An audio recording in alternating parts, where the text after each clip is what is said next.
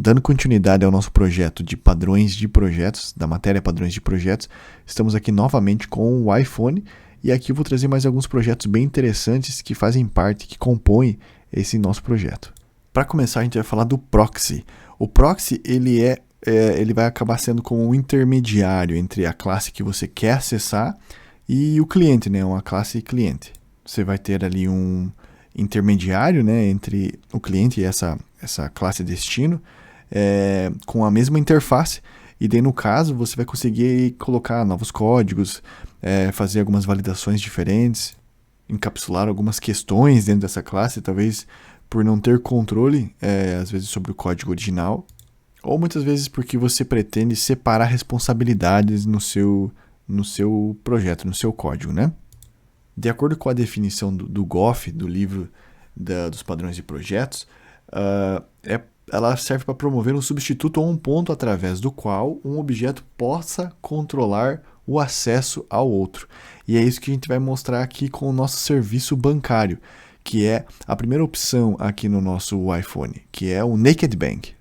Para começar a mostrar um pouquinho sobre o nosso Naked Bank, vamos dar uma olhadinha aqui nas classes. A gente tem aqui uma classe Bank User, que é o usuário, uma classe simples, com os atributos, os getters e setters, nada fora do comum. Nós temos ali um nome, um número de conta, uma senha e o balanço, né, o saldo, o número saldo que é o que compõe a conta desse usuário. E aqui nós temos uma classe, uma interface, né, que é a Bank Operations. Aqui dentro nós temos as operações que podem ser realizadas, as operações bancárias que podem ser realizadas. Nós temos o depósito, nós temos a transferência e nós temos a possibilidade de alterar a senha, né, o password. Seguindo, nós temos aqui a classe Web Bank. Ela serve como se fosse um aplicativo web, né? Vamos dizer assim que nesse nosso Naked Bank ele pode ter duas maneiras de ser acessado, né? A gente pode acessar pelo aplicativo web ou pelo aplicativo mobile, ou pelo celular. Vamos dizer assim que o aplicativo web ele é como se fosse um caixa eletrônico ou uma própria ida no banco. Ele tem mais possibilidades de realizar algumas operações do que o aplicativo mobile. Vamos lá. Então aqui ela implementa a Bank Operations, né? Então ela tem todas as operações do Bank. A gente colocou aqui um User Database para não ter que criar todo um database ali para ficar mais simples. E aqui a gente tem dois usuários, né? Bem hard-coded mesmo, mas é só para mostrar como que funciona essa parte do proxy, né? Então ele vai implementar ali todos os métodos, né? Da classe, da interface, né? Da interface Bank Operations, que está lá o depósito, transferência e a possibilidade de alterar o password, certo? Então a gente pega um exemplo aqui, o depósito. Ele vai fazer o depósito aqui. Se o usuário tiver na database que a gente tem aqui em cima, ele vai pegar o balance, né, o que o usuário já tem, e vai somar para fazer o depósito. Temos também aqui a transferência, né, que da mesma forma ele vai lá, vai ser passado lá o número da conta, a senha e a quantidade que ele quer fazer essa transferência, né? Então ele vai fazer uma série de validações aqui, se a conta é válida, se a senha é válida e se o usuário tem recursos suficientes. Tendo isso aí validado, ele vai fazer a transferência, né? Tudo isso no canal do aplicativo web, que lembrando, é o aplicativo que tem mais liberdades. E da troca de senha, né, a alteração do password é o mesmo esquema da transferência. Ele vai fazer todas as validações, se a conta é válida, se a senha é igual a senha antiga e se sim a senha vai ser alterada com sucesso. Então esse aqui são as opções da conta web, né, do aplicativo web. Agora a gente vai dar uma analisada no app, que seria no caso aqui o app mobile, né? Vou abrir uma janelinha aqui, né, para abrir aqui. Bom, no app mobile, aqui é onde a gente vai enxergar o proxy, né? Porque o proxy ele vai estar delegando essa operação. Então, no caso aqui, ele vai receber um Bank Operations, que é o objeto que ele vai delegar, né, a chamada, né? Por exemplo, aqui no depósito, ao invés de ele pegar e fazer o depósito, ele vai lá pegar e vai delegar aqui, ó. Ele chama o bank.deposit, aí ele passa a conta e a quantidade que ele quer realizar esse depósito. No caso, você recebeu a chamada de um método, né, do depositar, daí ao invés de você implementar aqui dentro esse método depositar, você chama ele aqui embaixo e faz toda a operação.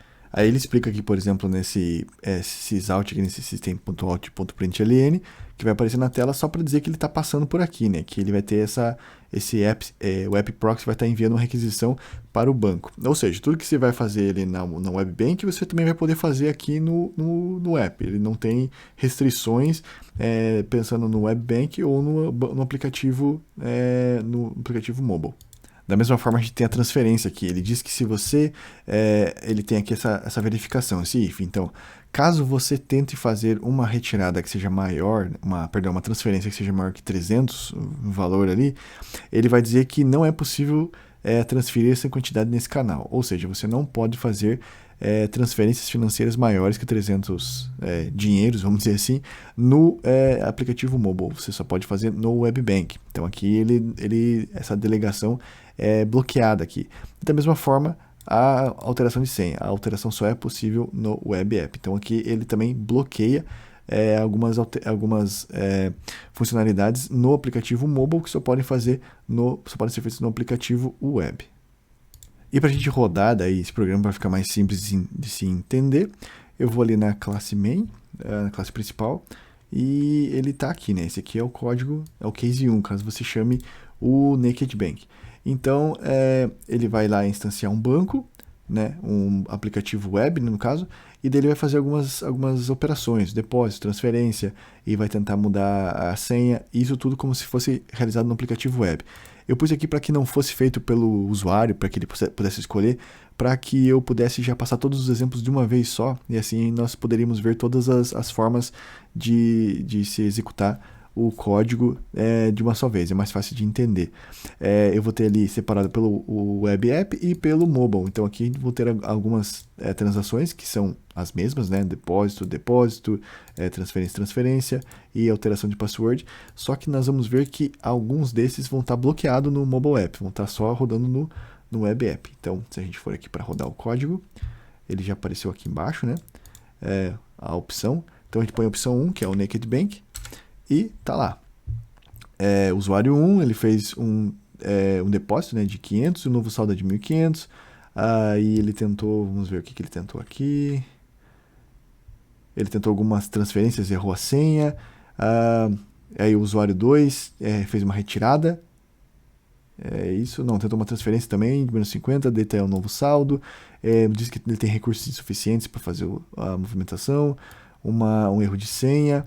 Daí ele tentou aqui de novo fazer uma troca de senha, a senha foi alterada com sucesso, e o usuário está ali, que fez uma transferência, e está ali o novo saldo aparecendo agora de 800. Aí se a gente for olhar no mesmo aplicativo, só que na parte mobile, ele vai ter algumas diferenças. Então, a gente fez ali, por exemplo, uma requisição de um depósito. Ele enviou o proxy de requisição para o banco, né, para o web app, e como o depósito não é bloqueado, ele fez o depósito ali como ele tinha solicitado, né. As transferências, ele tentou fazer algumas transferências de 50 dinheiros, vamos dizer assim. Ele fez novamente ali enviou uma requisição do proxy para o banco. Na primeira estava com a senha inválida, ele errou a senha, então não pôde fazer essa transferência. Na segunda, ele acertou a senha, né, mandou o proxy para o banco, ele acertou a senha e fez essa mudança. Aí ele tentou fazer uma alteração de password. Não, antes ele tentou fazer aqui uma transferência de um valor acima de R$300 e 300 dinheiros, né, no caso, não vamos usar nenhuma moeda específica, e ele disse que não é possível transferir essa quantidade nesse canal, né? No caso, ele mandou o proxy para o banco e o banco já, na verdade, nem precisou mandar um proxy, ele já bloqueou antes, né? Porque já nem entrou naquele if.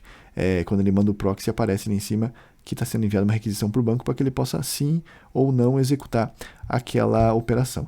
Aí ele tentou fazer uma mudança de password e ele deu o alerta que isso é possível no web app, e mais uma transferência de um valor exagerado ali, no qual não foi possível, certo? Muito bem, então esse era o proxy. Vamos para a próxima, voltando aqui na main, só para a gente poder analisar é o iFood. O iFood é mais uma bem interessante, que é do... E ele está atrelado ao padrão Decorator. Vamos abrir ele aqui. O Decorator ele é interessante porque ele traz aqueles paradigmas da orientação a objeto, traz aquelas coisas intrínsecas à orientação a objetos, que são a herança e a composição, as maneiras de você herdar código, de você estender código. Você pode herdar código através de herança, de composição, e você pode estender código através de herança, e o Decorator vai mostrar como é que faz para estender código através da composição. No Goff, no livro do Padrões de Projetos, a gente consegue ver lá que o padrão Decorator, né, ele tem como explicação dele, né, ele diz assim: anexar responsabilidades adicionais a um objeto dinamicamente. Decorators oferecem uma alternativa flexível ao uso de herança para estender uma funcionalidade. Essa aí é a definição do Decorator. Bom, vamos dar uma olhada aqui no nosso código. Então a gente tem aqui o iFood. Então o iFood nós temos aqui algumas classes bem interessantes para se mostrar aqui. Por exemplo, é o Hamburger, que é uma interface, que ela vai lá ter um get price e vai servir, né? Vai ter vai retornar não vai retornar, vai ser void, né? Mas ele vai ter o serve, né? E daí nós temos dentro do hambúrguer, nós temos dois tipos, né? O bacon burger, que ele vai ter lá o preço, né? E ele vai ter o serve, né? Que é a ação que vai ser adicionar bacon no hambúrguer, né? E o vegan burger, que ele a ação dele ele vai ser utilizando carne de soja, né? E o preço dele que vai dar uma diferenciada no hambúrguer, dependendo do tipo que você for solicitar, certo? Vamos lá. Aí aqui nós temos os decorators, né? Nós temos lá o hambúrguer decorator, que por ser uma classe abstrata não precisa implementar os métodos, certo? E ela implementa a classe hambúrguer. Ela estende a classe, ela implementa a interface hambúrguer, né? Então aqui a única coisa que ele tem aqui que ele recebe o atributo, né? Hambúrguer, para ele ter a composição, né? Para ele fazer a composição e gerar heranças. E a partir dessa composição nós vamos conseguir adicionar novas funcionalidades, novas misturas para esses lanches, para esses hambúrgueres, ok? E isso lembrando que ele vai implementar a interface. Graças a isso a gente não precisa gerar várias classes diferentes. Ele vai ter só algumas classes, e isso é graças ao Decorator. Aí nós temos mais os Decorators aqui. Nós temos salada extra, né, o Extra Salad, que ele vai ter lá chamar o hambúrguer original, né, que daí depende do jeito que ele quer o hambúrguer, e se é bacon, se é salada, é indiferente, e ele vai adicionar salada extra, né, ele vai ter essa função ali de alterar o lanche, né, adicionando mais essa salada extra e adicionando o valor ao preço original. Da mesma forma, a gente vai ter o Double Burger, né, que da mesma forma ele chama o hambúrguer original. E o Double Burger, na verdade, ele chama duas vezes, porque ele vai ser o hambúrguer duplo, né, ele serve duas vezes, e aí ele vai ter o preço também modificado devido a essa alteração. Na prática, esse cara fica um pouco mais interessante. Deixa eu apagar aqui essas outras classes para que a gente possa visualizar apenas a classe main. Então, na iFood, ele é o case 2 ali, né? Então, tá aqui o case 2. Aqui ele vai estar lá pedindo um hambúrguer com bacon, um bacon burger normal e um vegan burger normal. Então, ele vai chamar ali as classes sem as alterações. E depois ele pede um Monster Burger, que é um bacon duplo, né? E um vegano extra, que ele tem salada extra. Eu já coloquei novamente aqui os pedidos, né, não deixando a possibilidade do usuário fazer a sua alteração, porque fica bem mais simples, bem mais fácil de visualizar o código. Então vamos rodar ele aqui, o código não, o resultado do código, né? Então vamos rodar ele ali, ele vai ser a opção 2, o iFood. Legal, vamos maximizar aqui pra gente ver. Tá lá, o iFood, então, ele teve o pedido hambúrguer com bacon, né? Foi adicionado o bacon, que é o hambúrguer normal, e o hambúrguer vegetariano, que ele é utilizado carne de soja, tá lá o preço normal. Aí o Monster Burger, ele é adicionado bacon duas vezes, né? Porque ele é um extra de bacon, e tem uma adição um pouco maior ali por causa do bacon. E da mesma forma, o vegano extra, ele tem a carne de soja, que é utilizado para montar, né, o extra, o de soja normal, né, o vegano. Aí ele tem o extra, que é a salada aqui, ó. É o que a gente fez do decorator, de ele utilizar para o código para adicionar mais uma salada extra ali e fazer essa modificação. E aí foi o legal do decorator, que você pode, se você precisar fazer alguma alteração, alguma coisa assim, você vai poder simplesmente fazer essa alteração ali sem utilizar de todas aquelas classes que gerariam se você fosse utilizar a herança, né? Você vai adicionando decorações, vamos dizer assim, decorators, né? E vão fazendo com que os seus pedidos ali, no caso, né, os seus lanches, seus hambúrgueres, eles venham com propriedades diferentes e mais facilitadas, né? Muito bem, esse aí foi o decorator. Vamos só paralisar aqui, seguindo a ordem do nosso iPhone. O terceiro é a Siri, assistente pessoal. Essa eu não consegui inventar um nome melhor, então continuei com a Siri mesmo, a assistente pessoal. A Siri, ela é o padrão Command. Vamos ver como é que funciona o Command, então. O Command, como o nome já diz, ele vai falar sobre através de comandos, né? São comandos, algoritmos que vão fazer ações e algoritmos que também podem desfazer ações. Como é o caso aqui da nossa assistente virtual, ela vai fazer algumas ações que nós vamos solicitar para elas e ela vai desfazer algumas ações através dos comandos que a gente vai passar em forma de algoritmos para ela. No caso, ela não vai salvar memória, ela não vai salvar nada na memória. Não é, por exemplo, como se fosse um Ctrl+Z que vai criando checkpoints. Não, ela vai ter ali os algoritmos que fazem ou que desfazem as ações solicitadas. O Goff traz para a gente que a definição do command é encapsular uma requisição como um objeto, permitindo que clientes parametrizem diferentes requisições, filas ou requisições de log e suportar operações reversíveis. Muito bem. Vamos ver como é que funciona aqui a nossa assistente virtual, a Siri, no padrão Command. Então, nas classes aqui, nós temos ali os devices, né? No caso, os apps, os gadgets, que palavra difícil, que vão ser comandados pela Siri. Nós temos ali um ar-condicionado, que ele vai ter lá o ligar e o desligar, né?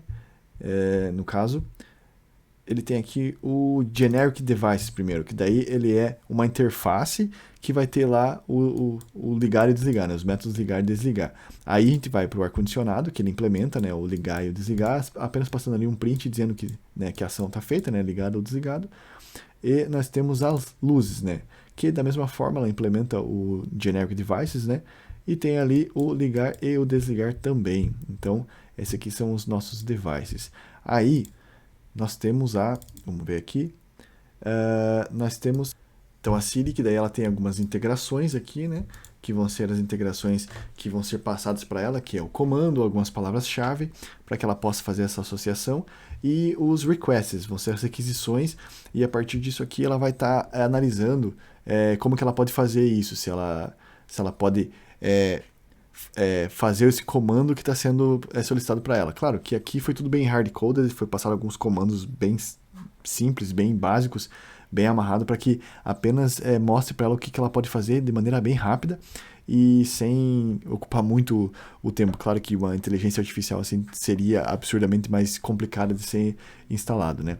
Inclusive nós temos aqui a classe que é a AI da Siri, que basicamente o que ela vai fazer, ela vai pegar as palavras que foram passadas para ela, as frases, e vai tentar fazer algumas associações, analisar se dentro dessas frases tem algumas palavras específicas para que ela possa saber se ela faz ou não a integração, né? Se ela faz ou não o comando que foi passado para ela.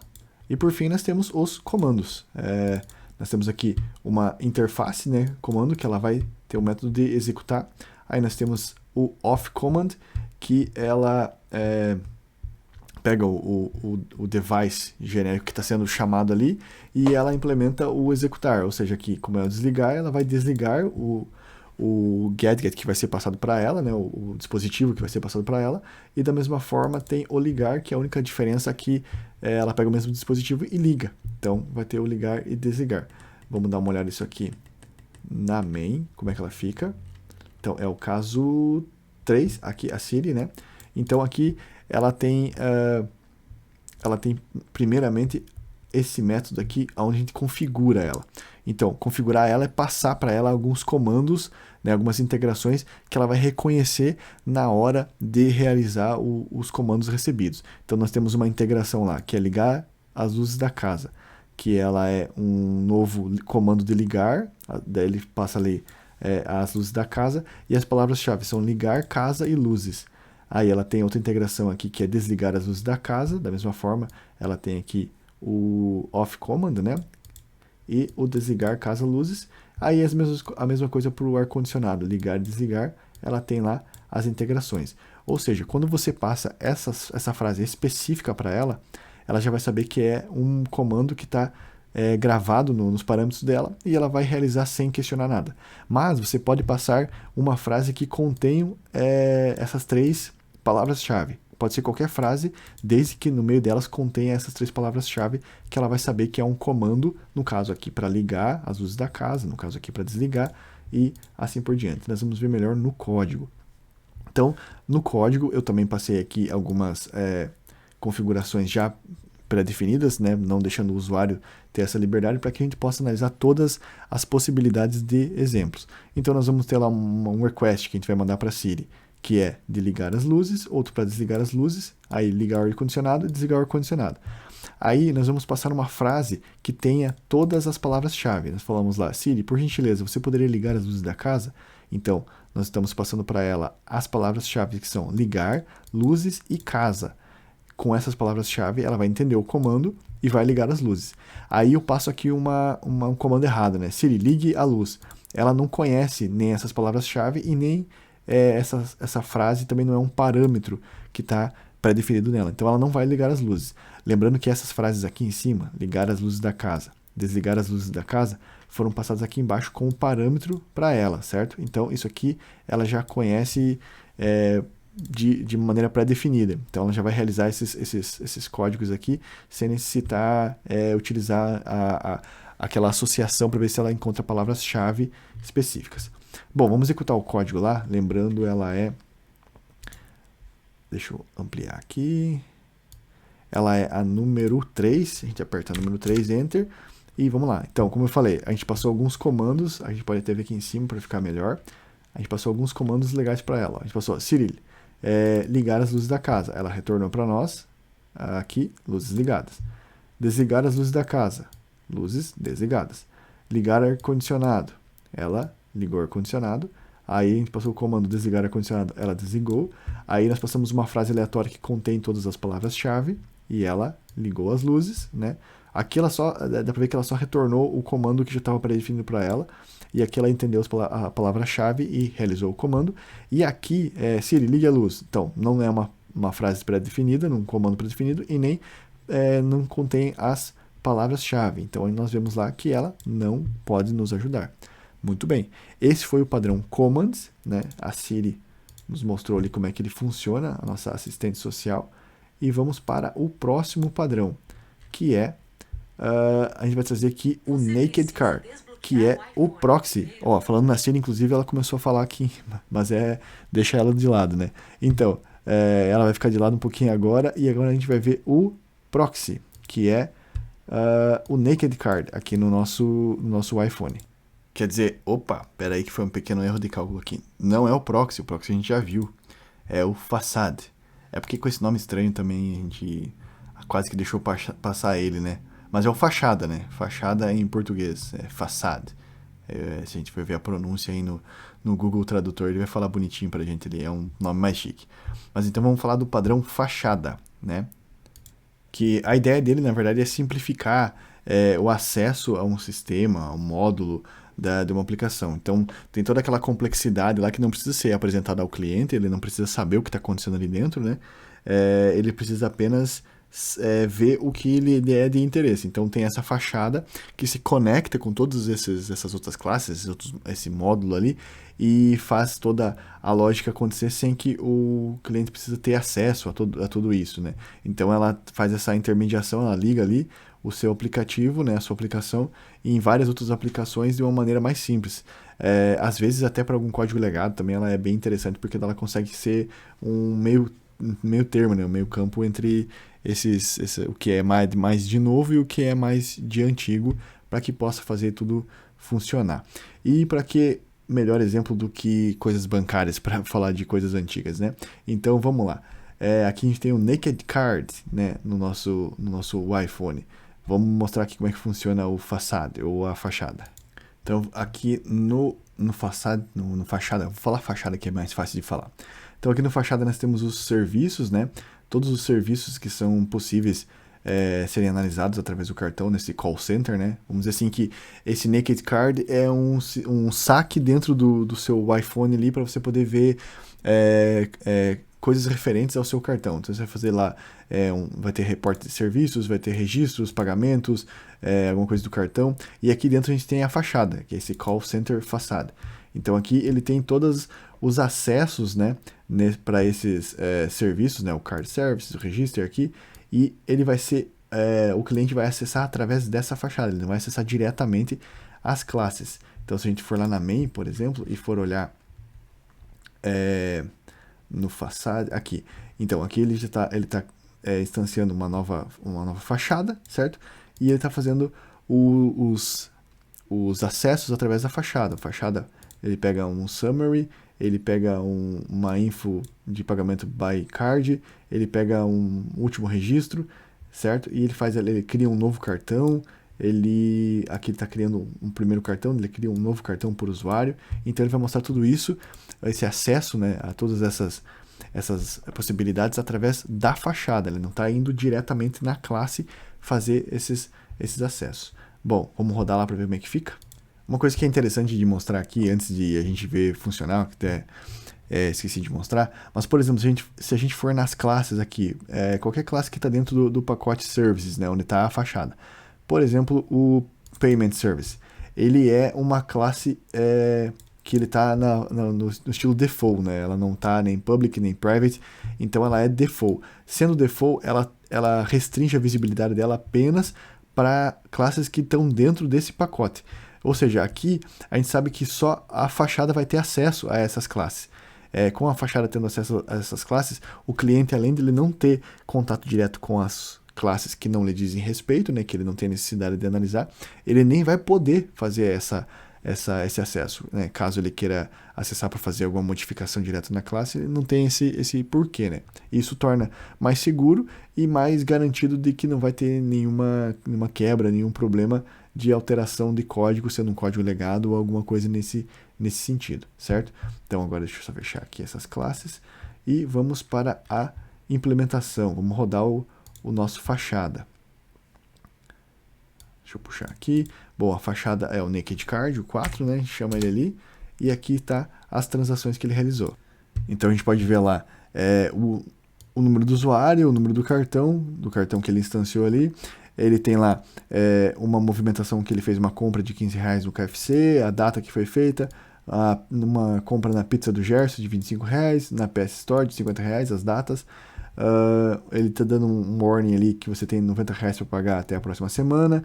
Então, assim, ele acessou todas as possibilidades, todas as opções que o nosso Naked Card ele traz, né? Todo o sumário feito do nosso Naked Card ali. E todo esse acesso foi feito através da fachada. O cliente não fez um acesso direto nas classes, né? Então, nós trouxemos todas essas opções aqui apenas pela fachada que fez esse meio campo, esse intermediário entre a classe, entre a aplicação, a classe de aplicação que nós criamos e as outras aplicações. Muito bem, agora a gente vai fazer uma demonstração um pouco diferente. A gente sabe que os padrões de projeto, eles não são, como está aqui nesse meu projeto, aplicados de maneiras individuais, né? Eu fiz aqui um pacote para cada padrão, para que eles possam ser mostrados de maneiras individuais. Num projeto, num grande projeto, num projeto de uma aplicação um pouco diferenciada, nós sabemos que os padrões podem ser aplicados todos juntos ou na medida do possível, em consonância um com o outro. Então, vários padrões são aplicados no mesmo código, no mesmo pacote, na mesma classe, para que possam facilitar algumas operações. Para demonstrar isso, para demonstrar que é possível, né, vários padrões em uma classe só, eu trouxe aqui o último a última possibilidade, né, a última opção aqui do iPhone, que é o Share Music. E esse Share Music vai trazer 3 padrões juntos para nós, que é o Flyweight, o Singleton e o Static Factory, né? Então ele traz os 3 juntos para mostrar como que funciona essa integração entre padrões. Então, só lembrando, antes de abrir aqui as nossas classes, como que eles funcionam? O Factory, ele é uma fábrica. Ele, como o nome já diz, ele vai criar ali classes mais concretas de uma mesma raiz comum, né? Então, assim, já tem ali os métodos, todos os atributos para se criar aquele objeto comum, né? E a partir disso ali ele vai começar, você pode, né, ou não instanciar várias outras instâncias, várias outras classes a partir daquela classe de fábrica. Ela vai estar criando os objetos ali, vários objetos, né?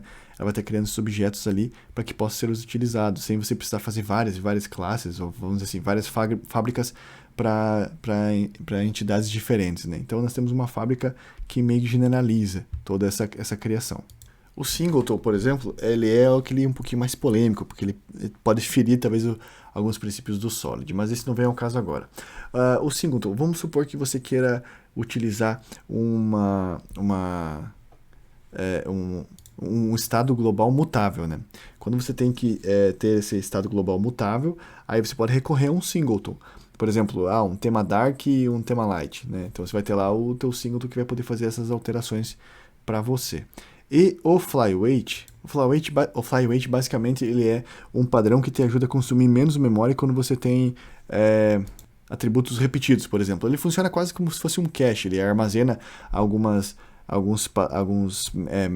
métodos. É aquela velha história de você poder trabalhar com grandes quantidades de objetos na memória de uma forma mais eficiente. Aí entra um padrão de objeto... que daí entra um conceito de valores intrínsecos e valores extrínsecos, né? Os valores intrínsecos são aqueles que são imutáveis, que vão estar presentes em todas as instâncias desse objeto. Daí os extrínsecos são aqueles que vão estar sendo alterados de acordo com a utilização desses objetos. E aí a gente cria o Flyweight justamente para armazenar os valores intrínsecos, né? Que são aqueles que vão ser comuns, vamos dizer assim, para todos os objetos. Então agora a gente vai ver aqui como é que funciona o nosso padrão, os nossos 3 padrões, né? O Flyweight, Singleton e o Factory juntos, né? Então agora como a gente tem aqui um player de música, que é o Share Music, e esse player vai trazer algumas notações de utilização desses padrões juntos. Então vamos lá. Primeiro a gente vai estar olhando a música. A música agora ela tem aqui um Flyweight, no caso, né? Que ela vai pegar objetos intrínsecos e vai deixar aqui dentro, enquanto os extrínsecos vão estar aqui fora, que vai ser inerente a cada usuário que está ouvindo essa música. Então ele vai até receber como parâmetro aqui, nós temos aqui um Flyweight, que vai receber como parâmetro um Flyweight para poder injetar todas essas dependências ali dos valores intrínsecos, né, de cada música. Aí ele vai ter essa referência de Flyweight sendo compartilhada com todos os usuários, até porque nós temos aqui, né, o Factory, que é o Flyweight Factory, que é uma fábrica que foi utilizada para controlar e usar todo o cache que vai ser compartilhado com todos os usuários, né? A gente tem aqui um Singleton, né? Já explica o porquê que é o Singleton, né? Ele tem ali as classes estáticas, uma instância estática aqui, né? Daí a gente tem o get instance aqui, e no final das contas você vai passar uma descrição, né?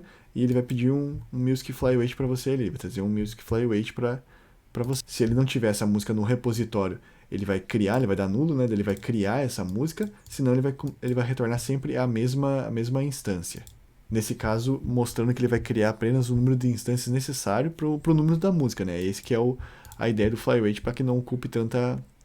Então agora a gente pode fechar aqui o nosso Flyweight, nosso Music, ir lá na main e botar para rodar esse código para a gente ver como é que funciona todos esses padrões juntos, né? Então vamos lá. Share Music é o 5, ele já rodou ali, novamente eu coloquei já alguns valores hardcoded para que a gente possa ver todos os exemplos. Então lá ele criou um Music Share para o Yellow Ledbetter do Pearl Jam com 250 segundos, vamos dizer assim, o Pearl Jam. E Aí ele foi criado também ali um novo Music Share para o The Unforgiven do Metallica, né? O usuário está ouvindo Ledbetter. E mais um Music Share para o Be Yourself do Audioslave, 200 segundos. Aí a gente tem lá o usuário A ouvindo Be Yourself, o usuário B ouvindo Unforgiven, o B aqui ouviu Be Yourself de novo, Unforgiven, usuário A, Yellow Ledbetter, usuário A. E a gente pode ver lá que o usuário A, ele ouviu, ele está ouvindo o Pearl Jam. Ele ouviu uma vez, ele viu o Metallica 2 vezes, o Audioslave uma vez, e ele está ouvindo por música por 1050 segundos. E o B está ouvindo Unforgiven do Metallica uma vez, o Audioslave uma vez, e ele está ouvindo música por 500 segundos. O total de músicas na memória do Flyweight são 3, apesar de que o usuário A, ele tem ali 3 músicas, né? As 3 estão com ele ali, e do usuário B tem 2 músicas com ele. Então, ao invés de cada usuário ter instanciado as músicas de maneira isolada para eles, ele foi instanciado uma vez, cada música no Flyweight, e foi os atributos intrínsecos dessa música foram divididos entre os usuários, e apenas o que foi extrínseco que foi deixado para cada usuário, né? Que aqui no caso a quantidade de vezes que ele estava ouvindo a música aqui, que fez essa soma dos segundos. Muito bem, pessoal. Essa aí seria a nossa explicação dos padrões de projeto com o nosso iPhone 2. Espero que tenham gostado. Um abraço e até a próxima.